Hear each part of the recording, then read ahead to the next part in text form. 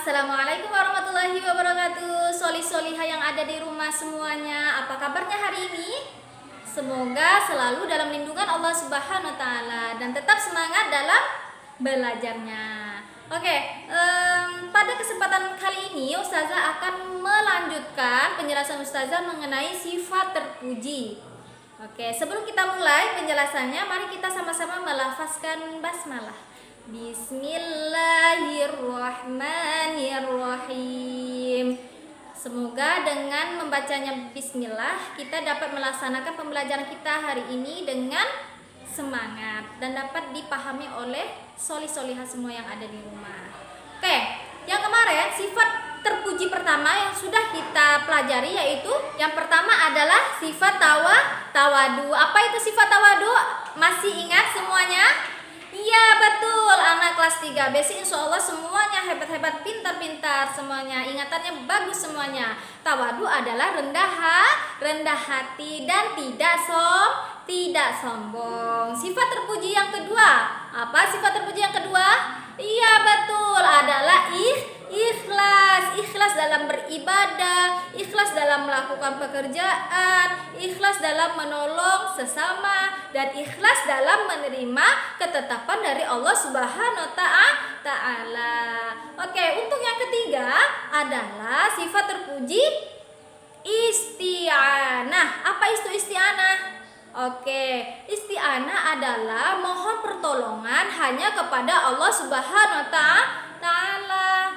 Oke, isti'anah itu meminta pertolongan atau bantuan, yaitu meminta pertolongan kepada Allah dalam perkara dunia maupun perkara akhirat, begitu ya. Kemudian isti'anah salah satu bentuk ibadah kepada Allah Azza wa Jalla yang tidak boleh diminta kepada selain Allah, begitu. Allah berfirman, Iyyaka na'budu wa iyyaka nasta'in. Artinya, hanya kepadamu kami beribadah dan hanya kepadamu kami meminta pertolongan. Surah Al-Fatihah ayat 5. Dengan demikian hendaknya kita meminta pertolongan hanya kepada Allah dan tidak boleh meminta pertolongan kepada sesembahan lain selain Allah, seperti jin, seperti dukun, tidak boleh nak ya. Semua pertolongan hanya dimiliki oleh Allah. Allah yang akan memberi pertolongan kepada kita, begitu. Allah menyebut orang yang meminta pertolongan kepada selain Allah adalah orang-orang yang zalim dan termasuk orang-orang yang tersesat. Jadi kalau kita minta pertolongan selain kepada Allah, itu artinya kita sudah tersesat. Maka kembalilah meminta pertolongan hanya kepada Allah Ta'ala. Kehidupan setiap manusia pasti pernah mengalami kesulitan dan kesusahan. Namun semua itu merupakan ujian dan cobaan dari Allah Subhanahu wa Ta'ala. Allah adalah sebaik-baik penolong dan kepadanya lah kita bergantung.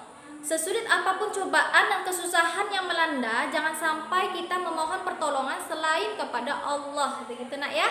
Jadi musibah dan kesusahan yang menimpa pada hakikatnya adalah ketetapan Allah dan atas izin Allah semuanya itu terjadi. Allah Ta'ala berfirman yang artinya, tidak ada suatu musibah pun yang menimpa seseorang karena dengan izin Allah. Dan barang siapa yang beriman kepada Allah, niscaya Allah akan memberi petunjuk kepada hatinya. Dan Allah Maha mengetahui segala sesuatu. Surah At-Taghabun ayat 11. Semua ujian dari Allah untuk menguji manusia siapa yang benar-benar jujur beriman kepada Allah dan mana yang dusta imannya, begitu. Saat menghadapi ujian dan musibah, jangan sampai kita tergoda untuk mengambil jalan haram atau memalingkan ibadah kepada sesembahan selain Allah demi mencari pertolongan. Jadi sebaik-baik pertolongan adalah pertolongan dari Allah Subhanahu wa Ta'ala. Jangan meminta pertolongan kepada yang lain. Karena apa? Karena perbuatan itu adalah perbuatan sesat. Allah lah yang menghilangkan kesulitan, maka Allah yang mendatangkan kesulitan dan Allah lah yang akan menghilangkan kesulitan tersebut. Segala musibah dan cobaan hanya Allah lah yang bisa menghilangkannya. Allah Ta'ala berfirman yang artinya, Jika Allah menimpakan suatu mudarat kepadamu, maka tidak ada yang dapat menghilangkannya kecuali Allah sendiri. Itu ada di surah Al-An'am ayat 17. Untuk itu, mintalah tolongan hanya kepada Allah Ta'ala dari segala kesulitan dan kesusahan yang kita hadapi.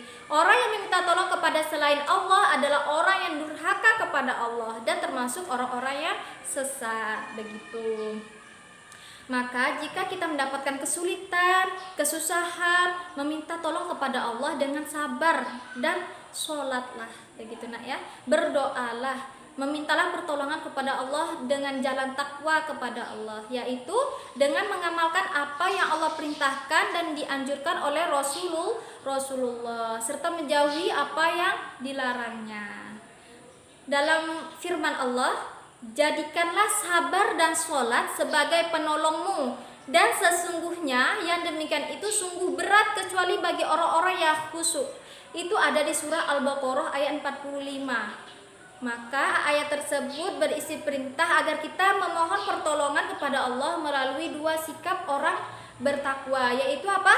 Ya, sabar dan sholat. Jadi jika kita mengalami kesulitan, mengalami kesusahan, berdoalah kepada Allah, memintalah kepada Allah agar kesulitan kita dihilangkan, dimudahkan. Ya nak ya, semuanya solih-solihah yang ada di rumah, jangan putus asa, jangan pernah merasa putus asa untuk berdoa, untuk meminta kepada Allah ya semuanya ya.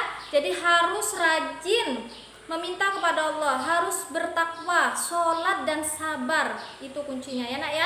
Jadi apa? Isti'anah itu apa? Meminta pertolongan hanya kepada Allah.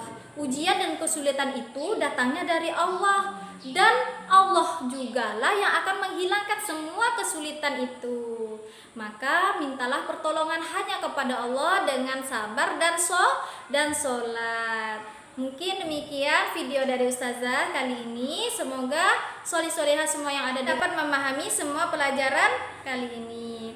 Kita tutup dengan bacaan hamdalah. Alhamdulillahi Rabbil Alamin. Ustazah akhiri. Assalamualaikum warahmatullahi wabarakatuh.